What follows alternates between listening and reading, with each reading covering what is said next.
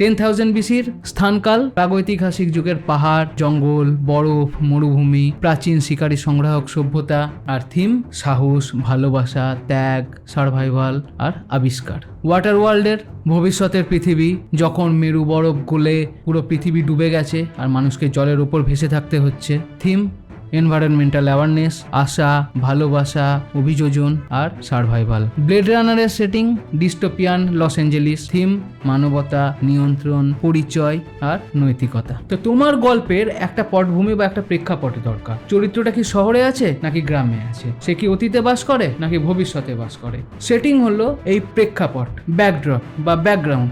আর theme হলো মূল বার্তা, যেটা বলতেই তুমি এই গল্পটা বানিয়েছো। এই সেটিংয়ের সাহায্যে গল্পের মুড ঠিক করতে হয় আর গল্পের ডেপথ আনতে দরকার হয় থিমের।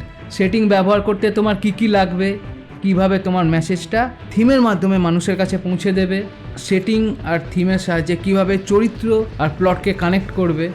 মাল্টিলেয়ার সেটিংস, মাল্টিলেয়ার থিম লিখবো যাতে গল্পে আরও ডেপথ আনা যায়।